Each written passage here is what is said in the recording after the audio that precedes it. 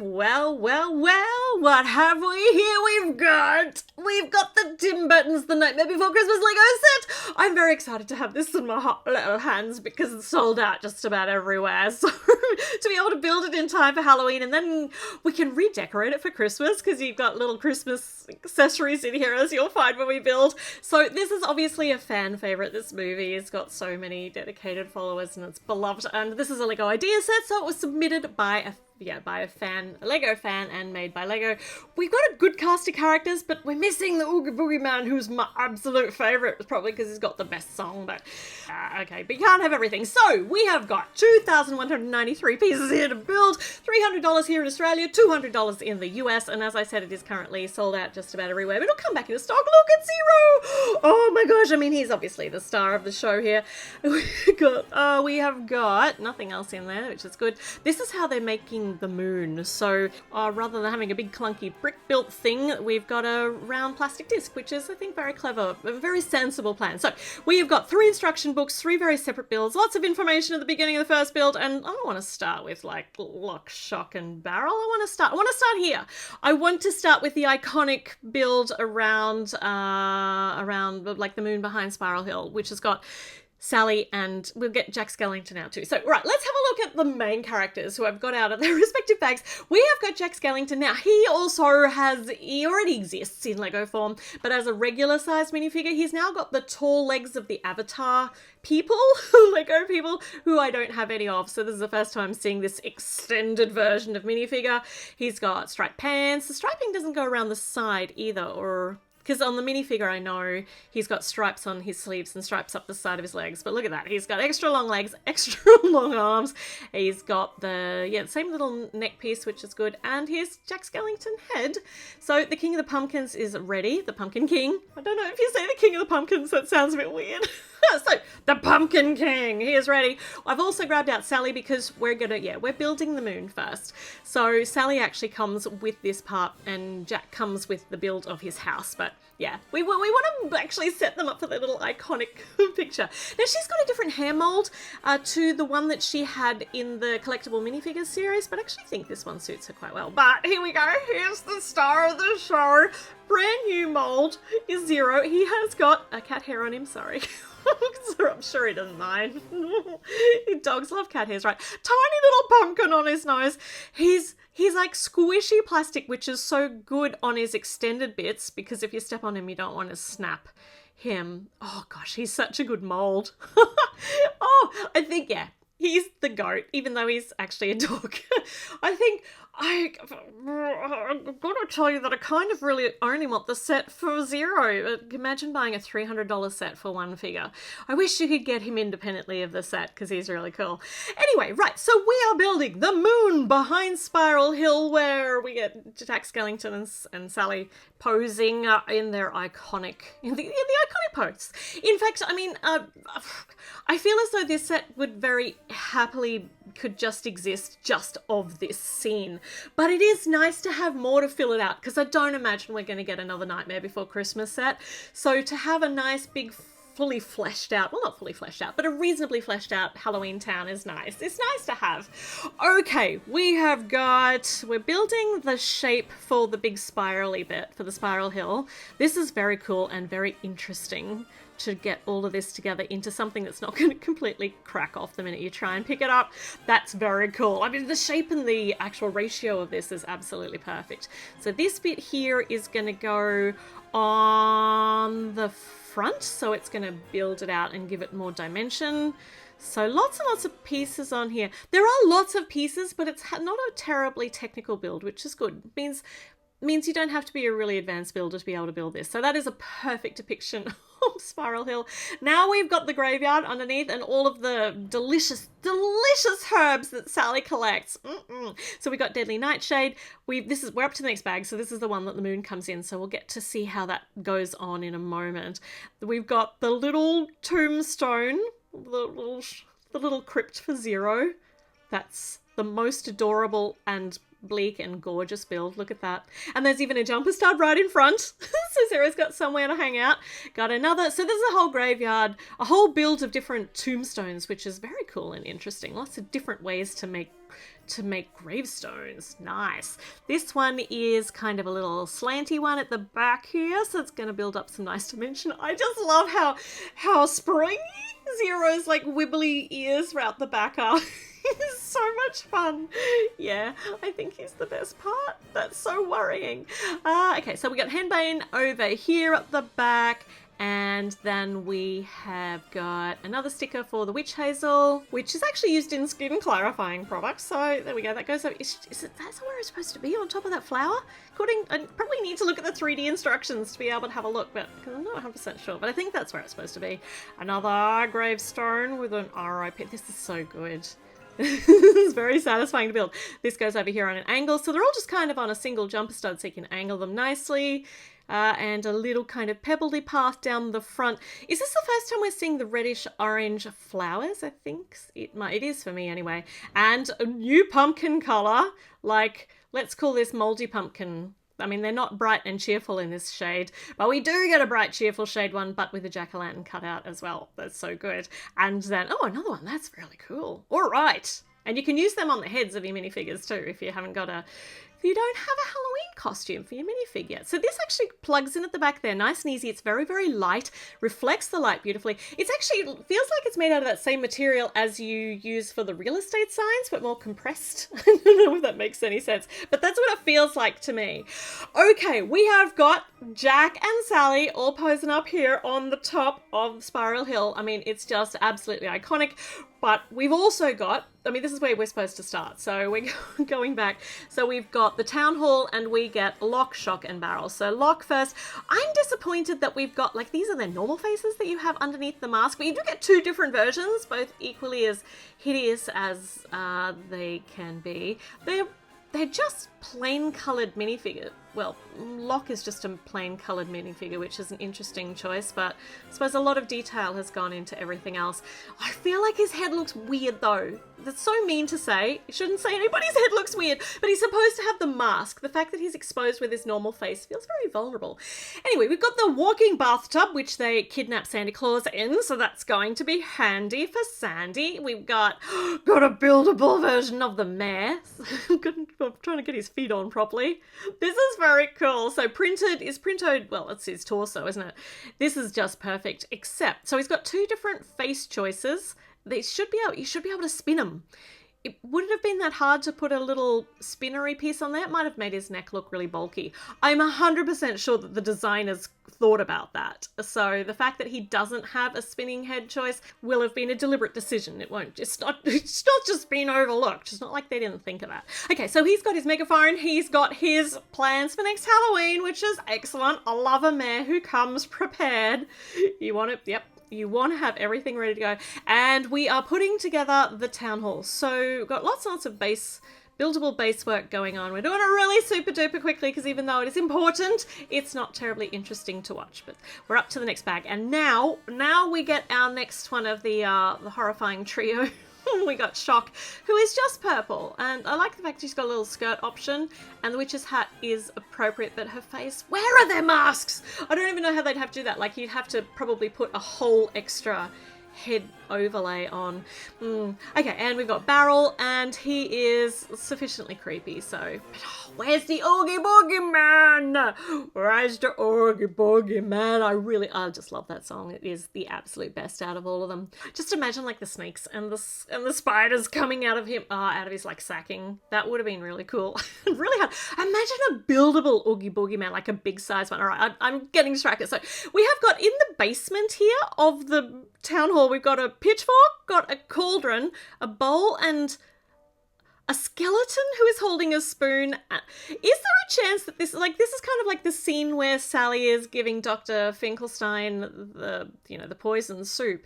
Is this like his skeleton? Because it seems to have all the things, like even the little green jar could be, what's the stuff that she has, like the frog stuff? Frog thing. Frog's breath. Oh gosh. Okay. All right. Down here also we've got some some Christmas things stored. So there are Christmas pieces stashed all the way throughout this build, which means you can decorate it for their faux Christmas, for their creepy as Christmas. But it means you get some really good value out of this set, because you can have it set up from Halloween to Christmas. I mean, that's pretty awesome. It suits so many seasons.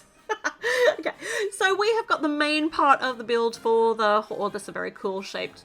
Oh, that's very cool. So this is going to be the door from the back. On the inside, I don't even know that I know what the inside of the town hall looks like. But we got torches facing kind of different directions with whips as their ornamentation. Got some couple of little tables on either side. And then there's not really room for a lot more in here. There's okay, so they're not really tables, they're like benches that you can pop the characters onto. I love how so this is how you make those slanted outward walls. That's very clever on the hinges.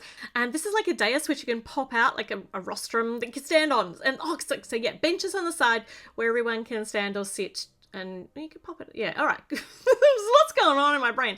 These are the columns that go up on, that's making some really nice ornamentation. Can angle them appropriately, and they're not actually attached at the top. They're just...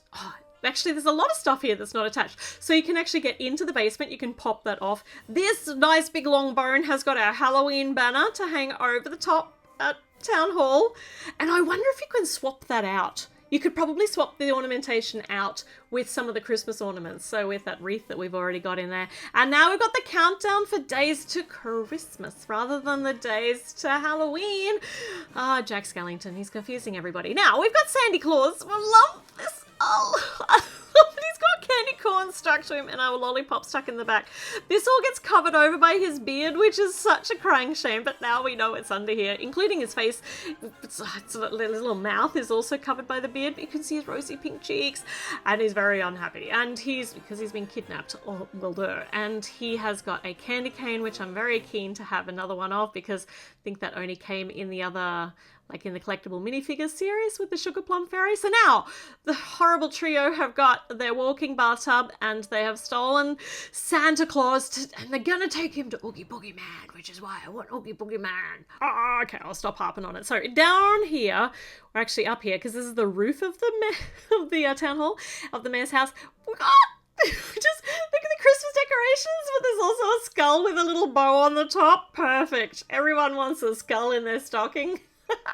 And a little buildable house, and another wreath. We got wreaths everywhere. So this one just kind of sits on here. And these are all designed to be easy to pop out. We've got a stocking, and we can decorate everything with this. This is so cool. Okay, we're getting another nice sticker for the town hall clock. And then we have these bits, which are the roof line, obviously, but the roof isn't actually going to clip in. They just kind of sit here so that you can access everything inside. Everything pops on and off very easily. Does mean that it's a bit hard to pick it up without stuff falling off in your hands. So you just need to be aware of where you can pick these models up once you've got them built. So let's pop everybody in here in front of the town square. Well, in the town square in front of it, but now we'll get them out again because we need to build the fountain. So the fountain full of like poisonous goo. Let's get... this is like slime. This is where slime goes to die. You know how all of the slime craze? It had to go somewhere, right? It's now here in this fountain. Imagine if there was some alternate reality that had all the dead slime in it. Okay, so obviously I need some help mentally.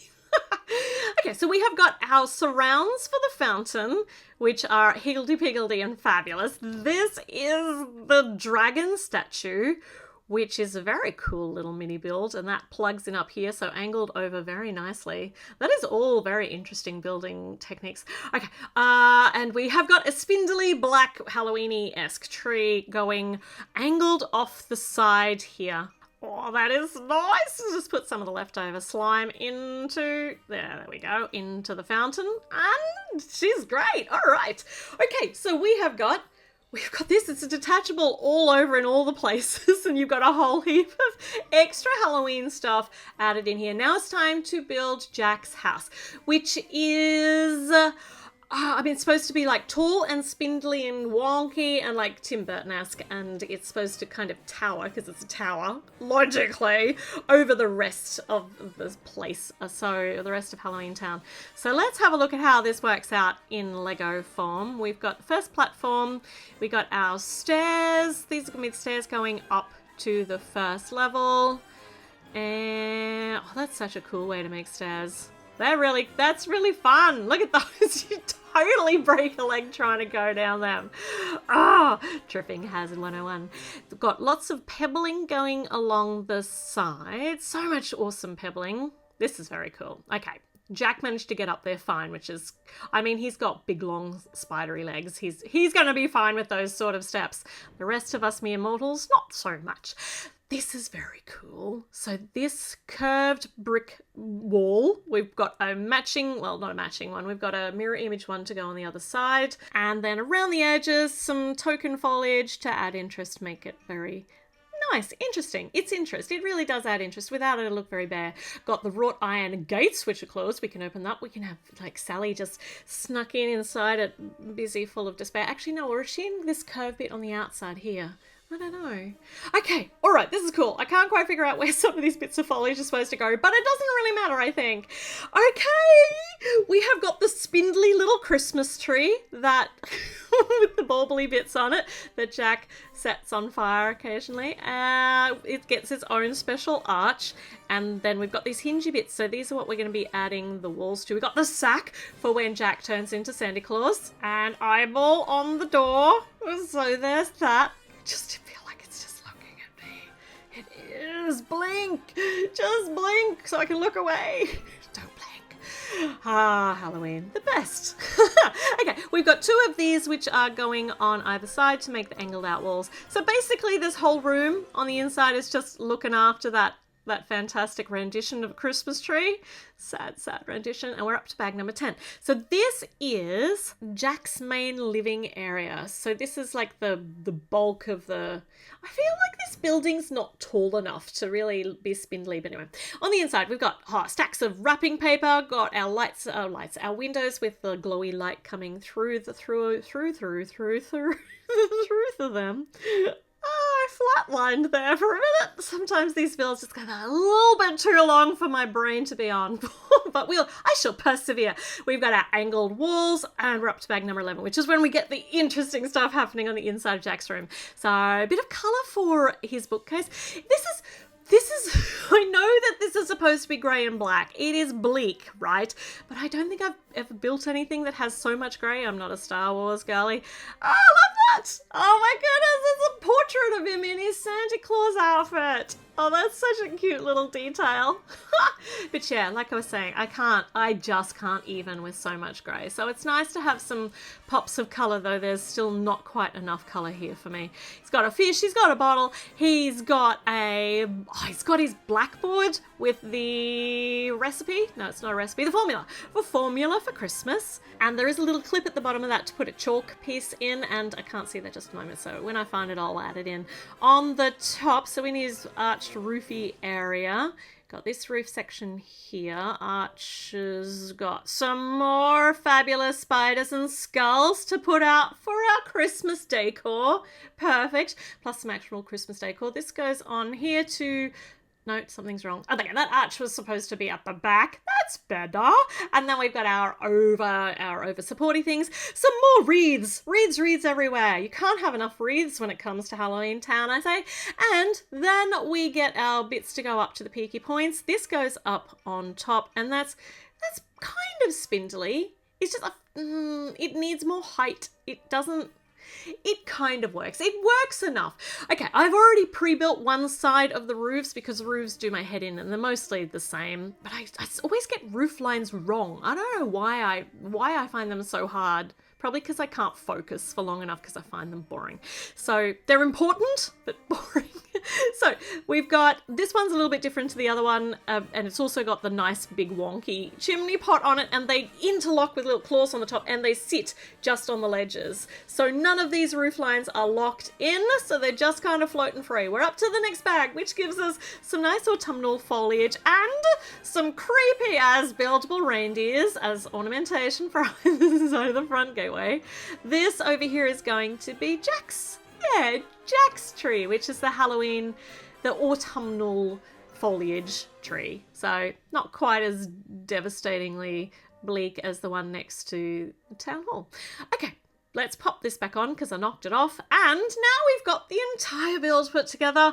It's a lot. It's a lot of grey. It's a lot of black. There are some interesting things. See, you're going to knock bits off, so you've got to be very careful as to how you pick these up. But they do make very nice display pieces. It's such an expensive set, but it's also a set that people have been clamoring for a long time. And there are so many fun ways that you can pose all the characters and lots of ways you can set it up. So even though I would have been happy just with the moon scene like this, as I feel this is probably going to be the only Nightmare Before Christmas set that we're ever going to see, it's nice to have a more fully fleshed out build. Though we could have done with the Oogie Boogie Man and Dr. Finkelstein. Did I call him Finkelstein last time? I think I called him Finkelstein. Yeah, so if we had had those two characters, we would have had everything we really need. Well, that I feel we need. Anyway, let me know your thoughts in the comments. I'm sure you have different thoughts to mine. And do all the things. Give this video a thumbs up, do the little notification bell ding, and check back in because there are more builds coming up all the time. So I will see you then. Bye.